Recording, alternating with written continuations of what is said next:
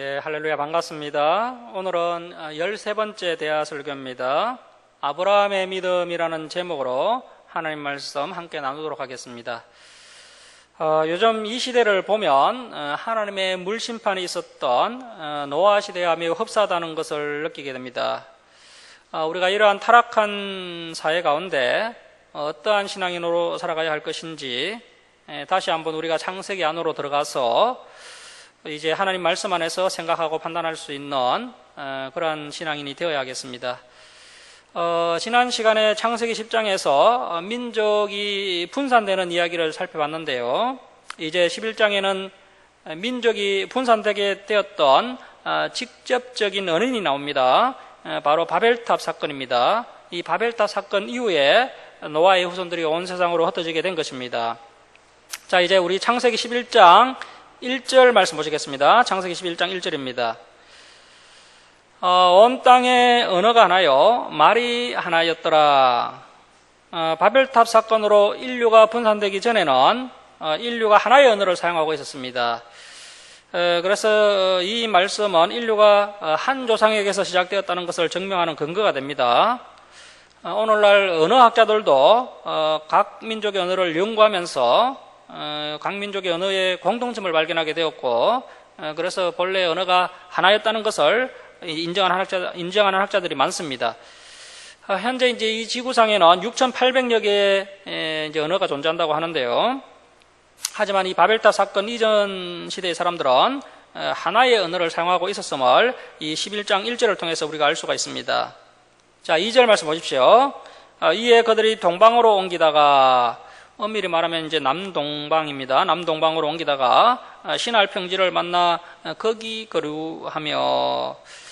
자, 여기 화면을 한번 보십시오. PPT를 한번 보시면은 노아 방주가 저 아라랏산에 걸렸었죠. 그래서 이제 노아의 자손들이 이 아라랏산 근방에서 살다가 점점 남동쪽으로 옮겨가다가 이제 강활한 시날 평지를 만난 후에 그곳에 정착을 하게 됩니다. 이 시날 평지는 오늘날 이라크 지역입니다. 이라크 지역. 이라크 땅은 고대 바벨론 땅인데 이 바벨론의 이름이 이 바벨탑에서 유래되었다는 것을 알 수 있습니다. 그 창세기 10장 8절에 보면 니모롯이라는 인물이 나오는데요. 이 니모롯은 하나님의 말씀에 순종을 하지 않고 사람들을 선동하여서 하나님을 대적하면서 바벨탑을 쌓은 인물입니다. 성경에는 이런 말이 나오지 않지만 그 유대인들의 백과사전에 이런 말이 기록되어 있습니다.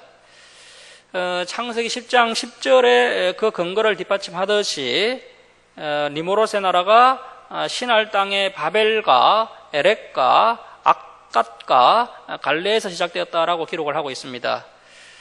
이 시날 평지를 다른 말로 바벨, 또 갈대아, 그리고 또 메소포타미아라고 부르기도 합니다. 우리 기독교는 메소포타미아 문명설을 지지하고 있습니다. 자, 11장 3절 말씀 보십시오. 서로 말하되 자 벽돌을 만들어 견고히 굽자 하고 이에 벽돌로 돌을 대신하여 역청으로 진흙을 대신하고. 이 노아의 후손들이 시날 평지에 다다르면서 이제 숫자도 많이 불어나고 많은 사람들이 거주하게 되면서 이 시날 평지에는 이제 도시가 형성됩니다. 이제 사람들이 집을 지으려면 이제 건축 재료가 중요한데요. 나무나 돌로 집을 짓거나 성을 쌓으려면 여러모로 어려운 점이 많습니다. 나무나 돌을 구하려면 힘도 많이 들고 또 그 양도 많지 않습니다. 그래서 이제 인간들이 건축을 하기 위해서 고민을 하다가 아주 획기적인 건축 재료를 발견하였는데요. 그것이 바로 벽돌입니다. 진흙으로 벽돌을 만들어서 불에 구우면 그 벽돌이 마치 단단한 돌처럼 변한다는 사실을 알았던 겁니다. 이 시날 평지는 좋은 흙들이 많았습니다. 그래서 이제 벽돌을 대량으로 생산하는데 아무런 문제가 없었습니다. 또 이 벽돌과 벽돌 사이에 역청을 바르면 높이 쌓아도 무너지지가 않았습니다. 자, 그런데 이 역청이 나무 송진인지 아니면 그 홍수 이후에 생성된 그 석유의 원재료인지 명확하지는 않습니다. 성경에서는 이 역청을 세 단어로 쓰고 있는데요. 코페르, 헤마르, 제페터 이렇게 이제 세 가지 히브리어를 쓰고 있는데 이 단어들이 어떨 때는 나무 송진을 의미하기도 하고 또 어떨 때는 석유 원재료를 의미하고 있는데 구분하기가 쉽지 않습니다. 자, 아무튼 이러한 역청을 이제 진흙을 대신해서 벽돌과 벽돌을 견고하게 붙이는 접착제로 사용을 해서 높은 건물을 지었던 것입니다. 자, 그런데 인간의 욕심은 거기서 멈추지 않았습니다. 성만 쌓지 않고 이제 높고 거대한 탑을 쌓기 시작했습니다. 자, 4절 말씀 보십시오. 또 말하되 자, 성읍과 탑을 건설하여 그 탑 꼭대기를 하늘에 닿게 하여 우리 이름을 내고 온 지면에 흩어짐을 면하자 하였더니, 인간들이 바벨탑을 쌓은 세 가지 이유가 기록되어 있는데요. 첫 번째 이유는 하늘에 닿게 하기 위해서 이렇게 쌓았다는 것입니다. 바벨탑을 쌓은 첫 번째 이유는 이 바벨탑을 하늘에 닿게 해서 그래서 이제 하나님과 같이 되고 싶은 교만한 마음 때문에 이 바벨탑을 쌓았다는 겁니다. 자, 그리고 이제 두 번째 이유는 자기들의 이름을 내기 위해서 쌓았다는 겁니다. 자, 이러한 교만한 마음과 이 명예욕은 마귀로부터 나온 것입니다. 그 이사야 14장 13절에서 15절에 이 사탄의 기언이 기록되어 있는데요. 이 사탄, 이 정마귀는 원래 천사장이었습니다. 이 천사장이 너무나도 교만한 나머지 하나님께 대적을 하고 하나님보다 더 높아지려고 하다가 하나님의 징계로 이 땅으로 쫓겨나게 되었습니다. 이 타락한 천사장이 사탄이 되었고 그 졸개들은 귀신이 된 겁니다. 이 타락한 인간들이 이 사탄의 영향을 받고 교만해져서 이 바벨탑 꼭대기를 하늘에 닿게 하여서 자기들의 이름을 내겠다고 한 것입니다. 자, 이렇게 하늘에까지 높아지려고 하는 것은 굉장히 위험한 인간의 모습입니다. 하나님의 거룩하신 이름을 드러내지 않고 자기의 이름을 드러내는 것은 마귀적인 것입니다. 오늘날 인간들이 이러한 마귀적인 것을 추구하고 있습니다. 그래서 선악과 사건 이후에 급속도로 죄에 잠식당한 타락한 인간은 한결같이 악을 도모하고 또 큰 무리를 지어서 하나님을 집단적으로 대적한다는 사실을 저와 여러분은 기억해야 됩니다. 이것이 바로 타락한 인간의 본성입니다. 타락한 인간들은 힘을 모아 함께 하나님을 대적한다는 사실을 기억하고 그래서 우리가 이 타락한 인간의 대형화를 조심을 해야 됩니다. 결국 이 타락한 인간의 대형화가 인간을 더욱더 교만하게 만들고 또 인간을 더욱더 타락하게 하는 지름길 역할을 한다는 것을 저와 여러분이 늘 명심해야 됩니다. 자, 이제 세 번째 바벨탑을 건설한 목적인데요. 온 지면에 흩어짐을 면하자라고 하면서 이 바벨탑을 건설했다는 것입니다. 사실 우리 인간은요, 한 곳에 모이면 안 되고 온 땅에 편만하게 흩어져서 번성을 해야 됩니다. 자, 우리 창세기 9장 7절 한번 찾아보겠습니다. 그 앞에 창세기 9장 7절 한번 넘겨보시면요. 자, 창세기 9장 7절입니다. 너희는 생육하고 번성하며 땅에 가득하여 그 중에서 번성하라 하셨더라. 자, 여기서 이 땅에 가득하여가 지난 개역 한글 성경에서는 땅에 편만하여라고 번역을 했습니다. 자, 그러니까 인간들이 생육하고 번성하여서 온 땅에 편만하게 흩어져서 고르게 번성하는 것이 하나님의 뜻입니다. 자, 그런데 이 타락한 인간들은 온 땅에 편만하게 흩어져서 온 땅을 잘 관리하기보다는 꼭 한자리에 모여서 악을 도모하는 쪽으로 가는 것을 볼 수가 있습니다. 그래서 이 타락한 인간들은 계속해서 흩어져야 됩니다. 지나치게 모여 있으면 반드시 악을 도모하게 됩니다. 타락한 인간들이 힘을 모아서 진리하는 반대 방향으로 하나님을 대항하는 쪽으로 가게 된다는 것입니다. 현재 전 세계에서 인구 집중도가 높은 대표적인 도시가 이 서울인데요. 우리나라의 인구의 50% 이상이 지금 수도권에 집중되어 있습니다. 자, 이렇게 사람들이 지나치게 모이면 예나 지금이나 그 사회가 아름다워지는 것이 아니라 결국 여러 가지 문제가 발생하게 됩니다. 오늘날 우리나라 그 서울을 한번 보십시오. 경기도 수도권을 한번 보십시오. 집값이 계속해서 급등하고 있고 젊은 청년들이 너무 이제 집값이 급등한 나머지 좌절을 하고 있습니다. 그리고 또 경쟁이 너무 치열하다 보니까 사회가 굉장히 또 팍팍해지고 있고요. 거기다가 또 많은 사람들이 모이다 보니까 또 타락한 문화는 급속도로 또 이제 타락한 문화가 또 활성화되고 있고요. 이렇게 여러 가지 문제가 계속해서 발생하고 있습니다. 그래서 이제 또 이제 높은 건물들도 자꾸 쌓고 하다 보니까 인간들이 더욱더 교만해져서 하나님을 대적하는 방향으로 자꾸 가게 된다는 겁니다. 그래서 이 성경은 계속해서 말씀하기를 대도시가 위험하다는 겁니다. 이 대도시야말로 죄의 원상이며 죄악의 중심지 역할을 하게 된다는 겁니다. 자, 그리고 이 교회도요, 대형 교회는 성경적이지가 않습니다. 많이 모이면 타락할 수가 있습니다. 성도 수가 한 100명에서 300명 정도가 적절합니다. 한 목회자가 목양할 수 있는 성도 숫자가 100명에서 300명 정도입니다. 성도가 수천 명, 수만 명 모이게 되면 물질도 많이 모이게 되고요. 그렇게 되면 또 목회자도 교만해지고 또 그러한 또 많은 물질로 인해서 인간들이 또 목회자 성도들이 또 이제 교회가 또 이렇게 또 죄를 짓게 되는 것이죠. 그래서 이제 오늘날도 이제 대형 교회 때문에 많은 또 사회적 문제가 되기도 했었는데요. 그래서 이제 항상 뭐 교회든 또 사회든 이런 대형화를 조심해야 됩니다. 자, 이제 창세기 11장 5절 말씀 보십시오. 여호와께서 사람들이 건설하는 그 성읍과 탑을 보려고 내려오셨더라. 사실 우리 하나님은 전능하신 분이시므로 뭐 이 땅에 내려오셔서 직접 보지 않으시더라도 얼마든지 다 알고 계시는 분이죠. 그런데 하나님께서 이 성읍과 탑을 보려고 내려오셨다는 것은 그만큼 이 바벨탑을 쌓는 이 사건이 심각하며 아주 위험한 사건이기 때문에 하나님께서 서둘러 그것을 막으시려고 하신 것입니다. 하나님은 인간들이 신할 평지에서 성을 만들고 높은 탑을 쌓으려는 의도가 하나님을 불신하고 하나님을 대적하기 위한 것임을 잘 알고 계셨습니다.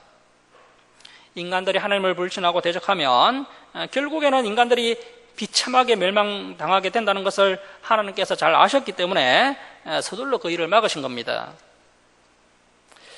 하나님은 인간들이 한데 모이면 선한 쪽으로 생각하지 않고 하나님을 대적하고 악을 행하는 쪽으로 지혜를 모는 것을 보시고 어떻게 하면 이 죄악을 막을 것인가를 생각하시다가 언어를 혼잡하게 하면 인간들이 서로 말이 통하지 않아서 더 이상 이 탑을 쌓는 일이 불가능하게 된다는 것을 아셨습니다. 자, 6절 말씀 보십시오.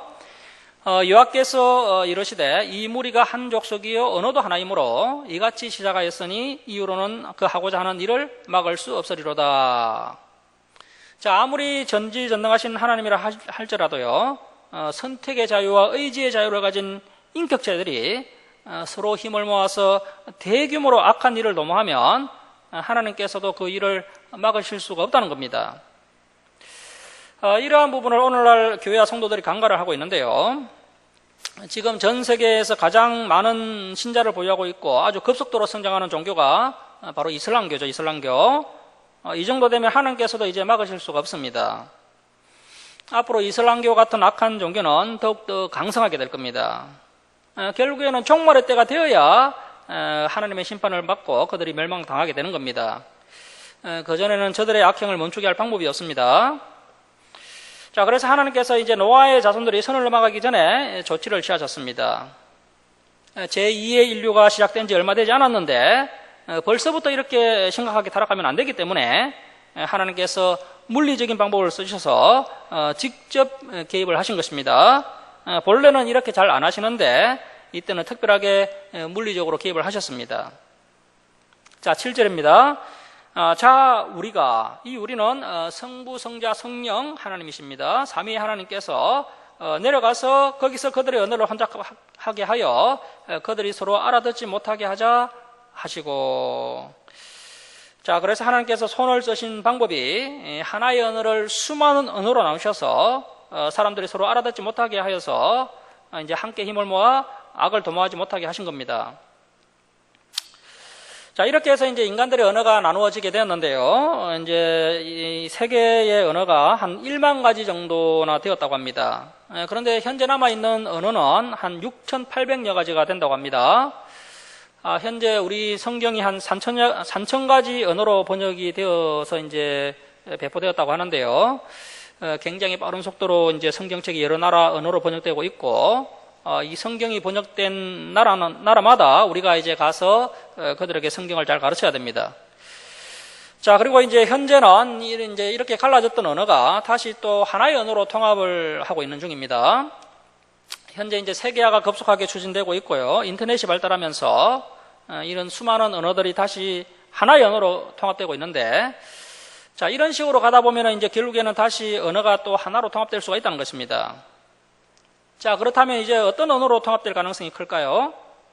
당연히 영어겠죠.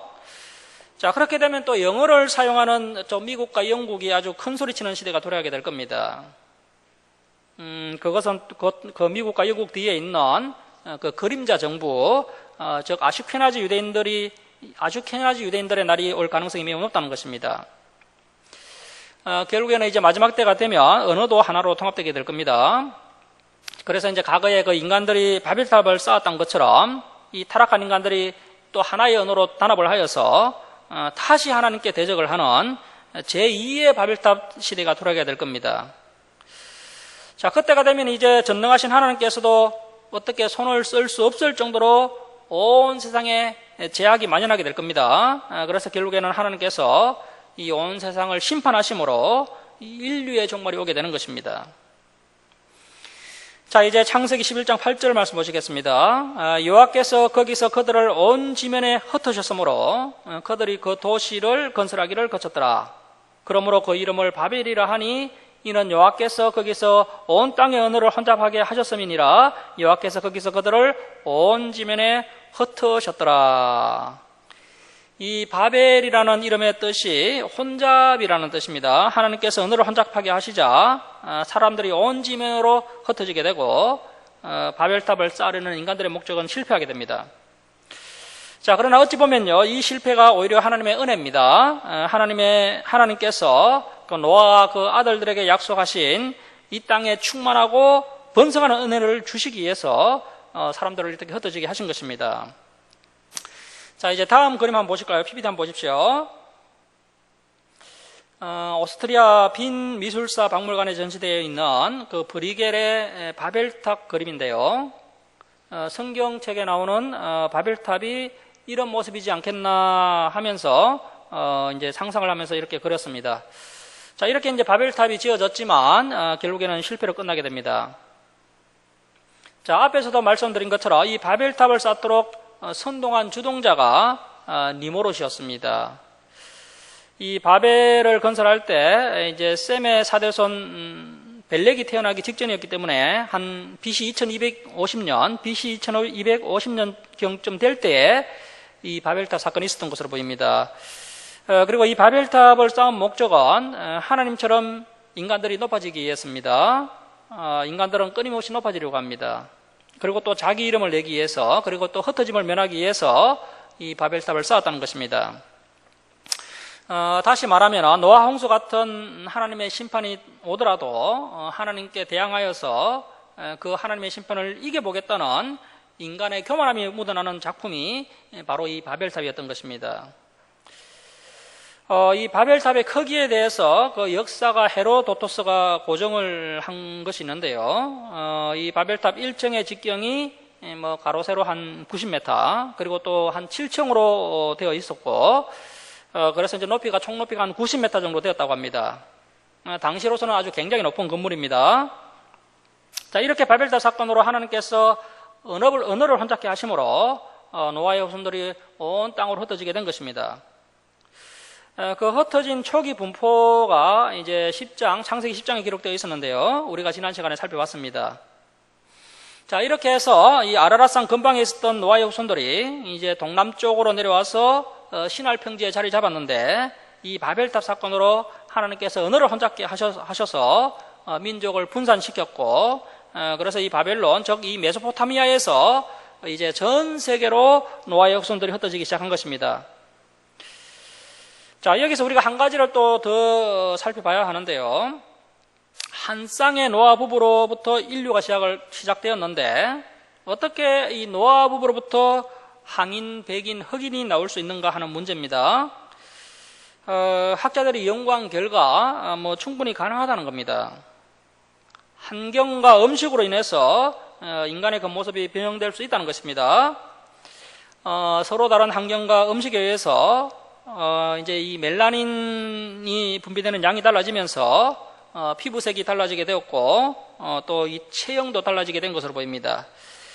태양빛이 강렬한 아프리카에서는 그 태양빛으로부터 피부를 보호하기 위해서 이 멜라닌 색소가 가다 분비되다 보니까 피부가 점차 검어졌고, 반대로 또 이제 유럽 지역은 또 흐린 날들이 많기 때문에 멜라닌 색소가 이제 적게 분비되다 보니까 점차 이제 피부가 희게 되었고, 항인은 적정한 태양빛에 의해서 또 적정한 멜라닌 색소가 분비되다 보니까 이 피부가 백인과 항인 중간 정도로 변하게 되었다는 것입니다. 하나님께서 이제 인간을 처음 창조하실 때 인간의 DNA 안에 이렇게 환경에 적응하며 살아갈 수 있도록 이렇게 미리 조치를 취해 놓으셨다는 것입니다. 자, 이제 창세기 11장 10절 이하는 다시 한번 셈의 족보가 나오는데요. 그만큼 이 성경에서 이 셈의 후손이 아주 중요한 위치를 차지하고 있다는 것입니다. 이 셈에서 시작해서 이제 아브라함까지 이어지게 되는데요. 자, 11장 10절 말씀 보십시오. 셈의 족보는 이러하니라. 셈은 100세 곧 홍수 후 2년에 아르박삿을 낳았고. 자, 이제 셈계를 통해서 하나님의 역사가 진행되는데요. 이 아르박삿은 셈의 셋째 아들입니다. 이 아르박삿 계열을 통해서 하나님의 구원 역사가 진행됩니다. 자, 11절 말씀입니다. 아르박삿을 낳은 후에 500년을 지내며 자녀를 낳았으며, 아르박삿은 35세에 셀라를 낳았고, 셀라를 낳은 후 403년을 지내며 자녀를 낳았으며, 셀라는 30세에 에벨을 낳았고, 에벨을 낳은 후에 403년을 지내며 자녀를 낳았으며, 에벨은 34세에 벨렉을 낳았고. 자, 이 벨렉의 이름이 나님이라는 뜻입니다. 이 벨렉이 태어나기 직전에 이 바벨탑 사건이 있었고요. 하나님께서 언어를 혼잡케 하셔서 이 민족을 나누신 것입니다. 이 에벨에게는 가족이 이제 뿔뿔이 흩어진 이 사건이 굉장히 큰 충격이 되었기 때문에 이제 아들을 낳자마자 그 아들의 이름을 나님이라는 뜻을 가진 벨렉이라고 이름을 지었던 것입니다. 자, 이제 17절 말씀 보십시오. 벨렉을 낳은 후에 430년을 지내며 자녀를 낳았으며, 벨렉은 30세에 러우를 낳았고, 러우를 낳은 후에 209년을 지내며 자녀를 낳았으며, 러우는 32세에 스룩을 낳았고, 스룩을 낳은 후에 207년을 지내며 자녀를 낳았으며, 자, 22절입니다. 스룩은 30세에 나홀을 낳았고, 나홀을 낳은 후에 200년을 지내며 자녀를 낳았으며, 나홀은 29세에 테라를 낳았고, 테라를 낳은 후에 119년을 지내며 자녀를 낳았으며, 테라는 70세에 아브람과 나홀과 하란을 낳았더라. 자, 이 아브라함이 나중에 믿음의 조상 아브라함이 됩니다. 셈에서 아브라함으로 이제 계보가 이어지는데요. 자, 그래서 우리가 이 셈, 아르박삿, 에벨, 또 벨렉, 데라, 이 아브라함, 이 정도 이름은 우리가 좀 암기를 하고 있어야 됩니다. 노아의 아들 셈은 100살에 아르박삿을 낳고 500살을 더 살았으니까 이제 600살을 살고 죽은 겁니다. 그런데 그 아들 아르박삿은 또 500살을 살게 되고요. 또 이후의 사람들의 수명을 보면은 또 400살에서 또 200살로 이렇게 점점 줄어들게 됩니다. 그 창세기 11장 32절을 보시면요. 아브라함의 아버지 데라는 205세에 하란에서 죽었다라고 기록되어 있습니다. 이렇게 이제 인간의 수명이 아주 급격하게 줄어드는 것을 볼 수 있습니다. 그리고 이제 자녀 출산 연령도 점점 낮아지고 있습니다. 30세까지 낮아지고 있습니다. 자, 창세기 11장 27절입니다. 테라의 족보는 이러하니라. 테라는 아브람과 나홀과 하란을 낳고. 자, 테라의 장남이 아브람이었고요. 또 차남이 나홀, 그리고 막내 아들이 하란입니다. 자, 하란은 롯을 낳았으며, 그러니까 이 아브람과 롯의 관계는 삼촌이죠, 삼촌. 아브람에게는 롯이 조카가 되고요. 롯에게는 아브람이 큰아버지가 되는 겁니다. 자, 28절입니다. 하란은 그 아비 데라보다 먼저 고향 갈대아인의 우르에서 죽었더라. 자, 이 28절을 통해서 우리가 알 수 있는 것은 테라의 막내 아들 하란의 고향이 이 갈대아 우르라는 것을 우리가 알 수 있습니다. 우리는 아브람의 고향도 갈대아 우르라고 생각을 하는데요. 이 성경을 좀 더 세밀하게 살펴보면 아브람의 고향은 갈대아 우르가 아니라 하란입니다. 하란. 그래서 이제 테라가 막내 아들을 갈대아 우르에서 낳았는데 그 막내 아들 하란이 갈대아 우르에서의 아버지보다 더 일찍 죽었다는 겁니다. 뭐 어려서 죽은 것은 아니고요. 이 하란이 장가를 가서 아들 롯을 낳고 또 밀가 이스가라는 딸까지 낳고 죽은 겁니다. 갈대아 우르에서 아버지 데라보다 일찍 죽었다는 것입니다. 이 아버지 데라는 자신의 막내 아들 하란이 먼저 죽는 것을 보고 큰 충격을 받은 것으로 보입니다. 자, 29절 말씀 보십시오. 아브라함과 나홀이 장가들었으니 아브라함의 아내의 이름은 사레며, 이 사레가 나중에 또 이름이 사라로 바뀌게 되죠. 이제 창세기 20장 12절을 보면요. 20장 12절을 보면 이 사레가 아브라함의 이복 여동생이었다는 것을 알 수가 있습니다. 자, 그러니까요. 아버지는 같은 데란데요. 어머니가 다른 여동생이었다는 겁니다.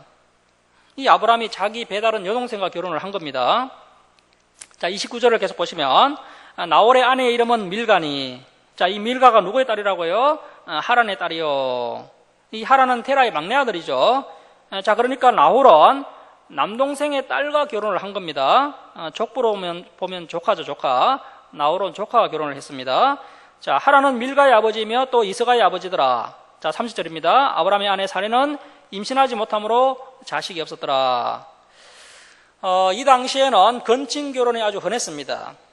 노아의 후손들이 분산되면서 같은 언어를 사용하는 사람들이 너무 적다 보니까요. 당시로서는 어쩔 수 없이 이렇게 건친 결혼을 한 것으로 보입니다. 그러나 이제 인구가 점점 늘어나게 되고 이제 레위기라는 율법이 주어진 이후에는 하나님께서 이 건친 결혼을 율법으로 아주 엄격하게 규제하시는 것을 그 레위기 18장을 통해서 우리가 확인할 수가 있습니다. 그래서 이제 성경에서는 건친 결혼을 금하고 있다는 것입니다. 하지만 아브라함 때는 같은 언어를 사용하는 사람들이 너무 이제 숫자가 적다 보니까 어쩔 수 없이 건친 결혼을 할 수밖에 없었던 것으로 보입니다. 그리고 이제 앞에서 말씀드렸듯이 아브라함의 고향은 하란입니다. 아브라함은 하란에서 태어났다가 어릴 때 갈대아 우르로 이사를 간 것으로 보입니다. 오늘날 그 하란 바로 옆에 살리 우르파라는 곳이 있는데요. 이 살리 우르파에 가보면은 아브라함의 탄생 동굴이 있습니다. 당시 이제 고대 중건동 지역의 주택은 대부분 이렇게 동굴이었습니다. 집이 동굴이었습니다. 이 아브라함의 집으로 추정되는 동굴이 그 성지 순례 코스로 지정되어 있는 것을 볼 수가 있습니다. 자, 그래서 이렇게 이제 아브라함의 고향은 하란이었다는 겁니다. 이 아브라함이 하란에서 태어났는데 어릴 적에 가족들이 갈대아 우르로 이사를 가서 그 갈대아 우르에서 상당히 오랜 기간 동안 살게 되었던 것으로 보입니다. 자, 31절 말씀 보십시오. 테라가 그 아들 아브라함과 하란의 아들인 그의 손자 롯과 그의 며느리 아브라함의 아내 사리를 데리고 갈대아인의 우르를 떠나 가나안 땅으로 가고자 하더니 하란에 이르러 거기 거류하였으며. 자, 어느 날 아버지 테라가 가족들을 데리고 갈대아 우르를 떠나 가나안 땅으로 가고자 했다는 겁니다. 아마도 이제 막내 아들이 죽자 큰 충격을 받고 갈대아 우르를 떠나려고 했던 것이 아닌가 추정됩니다. 추정하기로는 이러한 또 충격을 통해서 하나님께서 이 테라를 가나안 땅으로 보내고 싶으셨던 것 같습니다. 자, 아무튼 이 막내 아들의 죽음이라는 큰 충격을 받고 이 테라가 갈대아 우르를 등지고 미지의 땅 가나안 땅으로 가려고 하다가 이 하란에 머물게 되었다는 겁니다. 테라가 하란에 잠시 쉬어가려고 했다가 당시에 이 하란이 아주 발달한 도시였고 또 너무 살기 좋은 곳이기 때문에 이 하란에 머무는 시간이 길어지게 된 것 같습니다. 자, 그래서 이제 아브라함도 아버지 테라와 함께 하란에 머물러 있던 중에 그때 이제 하나님의 부르심을 받게 된 겁니다. 아브라함이 하란에서 하나님의 부르심을 받은 겁니다. 자, 32절 말씀 보십시오. 테라는 나이가 205세가 되어 하란에서 죽었더라. 자, 이렇게 해서 이제 창세기 1장에서 그 11장까지 창조, 타락, 홍수 심판, 믿음의 분산 같은 인류의 언역사가 마무리되게 됩니다. 자, 이제 12장부터 50장까지 아브라함의 이야기, 그리고 또 그의 아들 이삭 이야기, 또 손자 야곱 이야기, 그리고 요셉 이야기로 이제 역사가 흘러가게 됩니다. 자, 이제 창세기 12장 1절로 갑니다. 여호와께서 아브라함에게 이르시되 너는 너의 고향. 그래서 현재 아브라함이 하란에 머물러 있죠. 하나님께서 이 하란이 아브라함의 고향이라고 분명하게 말씀하십니다. 너는 너의 고향, 친척가, 이 하란에는 아브라함의 친척도 많이 살고 있었습니다. 친척가 아버지의 집을 떠나 내가 내게 보여줄 땅, 이 보여줄 땅이 아버지 데려가 가려고 했던 가나안 땅입니다. 내가 내게 보여줄 땅 가나안 땅으로 가라. 자, 어느 날 하나님께서 이 아브라함을 부르셨습니다. 하란은 아브라함의 고향이고 아주 익숙한 장소인데 하나님께서 고향과 친척과 아버지의 집을 떠나라고 명령하십니다. 모든 좋은 것들, 기득권을 다 내려놓으라는 겁니다. 사람들은 나이가 들수록 고향을 찾아가서 안주하고 싶어 합니다. 이 기득권 편안함을 포기하고 떠난다는 것은 결코 쉬운 일이 아닙니다. 자, 하나님께서 이 아브라함이 결단하고 떠날 수 있도록 큰 비전을 주시는데요. 내게 보여줄 땅으로 가라. 아브라함이 이 하나님의 말씀에 의지하여서 하란을 떠날 때 그의 나이가 75세였습니다. 이때부터 믿음의 역사가 본격적으로 시작됩니다.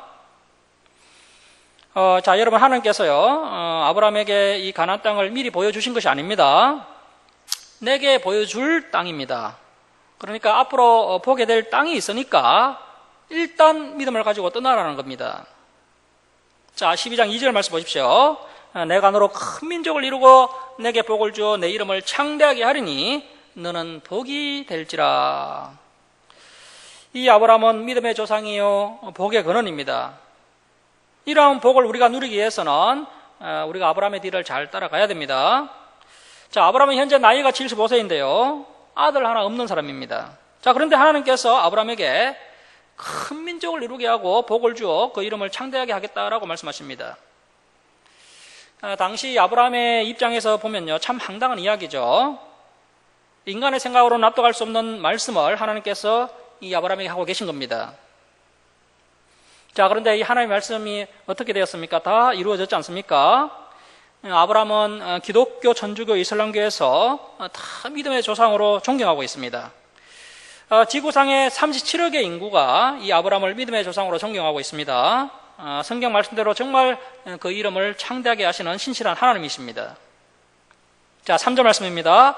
너를 축복하는 자에게는 내가 복을 내리고 너를 저주하는 자에게는 내가 저주하리니 땅의 모든 족속이 너로 말미암아 복을 얻을 것이라 하신지라.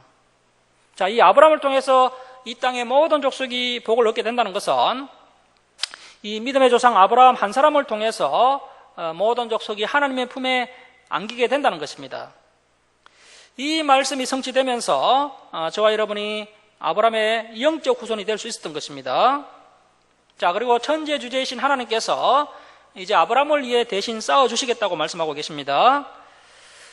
그래서 하나님의 자녀인 저와 여러분은 이제 하나님의 보호하심을 받게 됩니다. 자, 이처럼 믿음은 아주 놀라운 능력이 있습니다. 내가 하나님의 말씀을 믿고 의지하면 그 하나님의 능력이 내 안으로 들어오게 됩니다.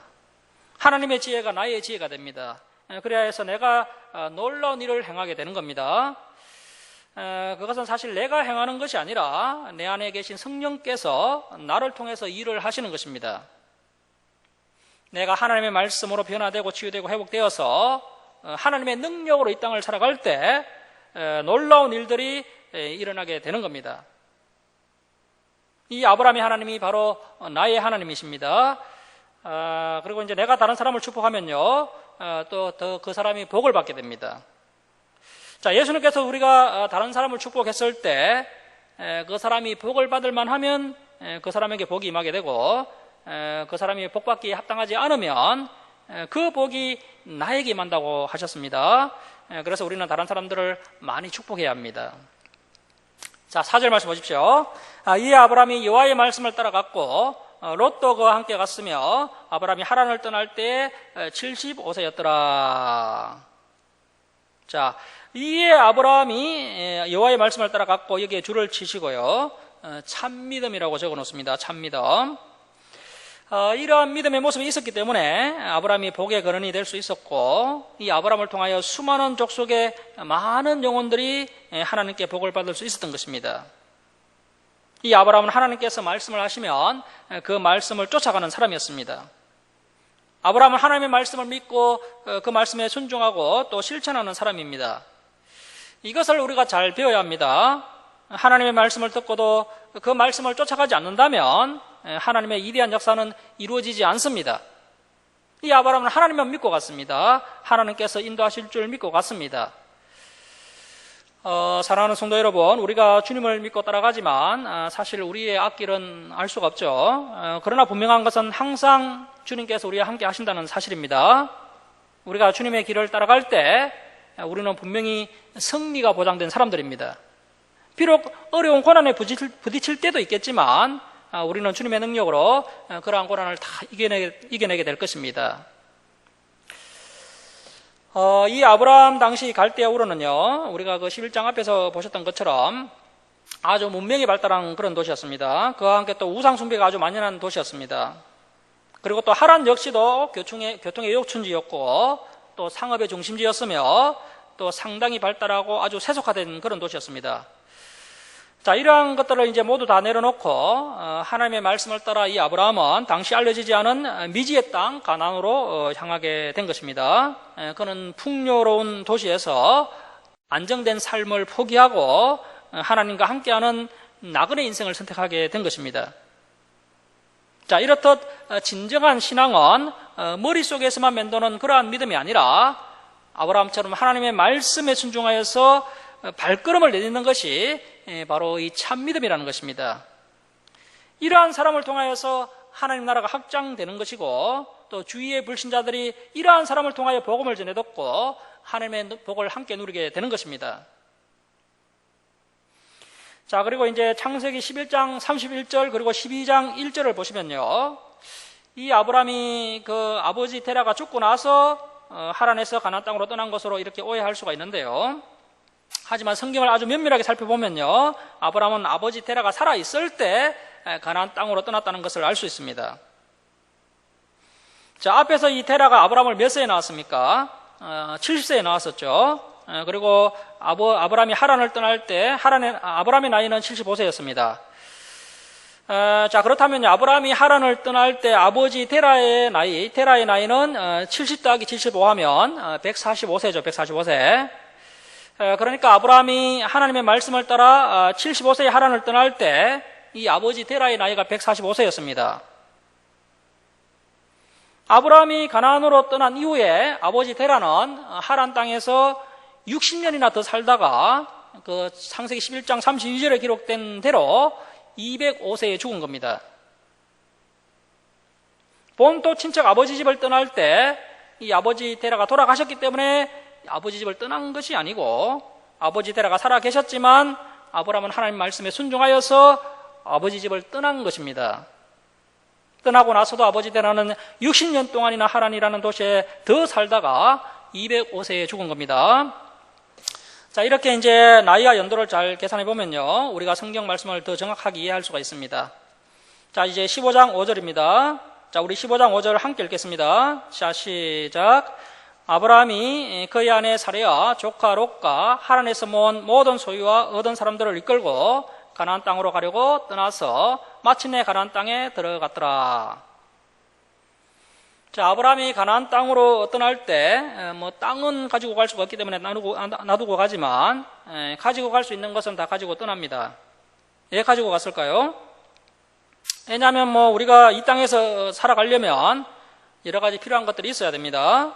집도 있어야 되고 먹을 양식도 있어야 되고 또 입을 옷도 있어야 되고 돈도 있어야 됩니다. 이 아브라함도 가나안 땅에서 살아가려면 생활에 필요한 또 물질이 있어야 하기 때문에 이렇게 가지고 떠난 겁니다. 우리 그리스도인들은 모든 것을 극단적으로 생각하는 경우가 있는데요. 은혜를 충만하게 받으면 직장도 포기해야 되고 재산도 다 팔아서 가난한 사람들을 도와주고 또 교회에 헌금으로 바치고 선교사로 떠나는 것이 아닌가 이렇게 생각을 하는데요. 그렇지 않습니다.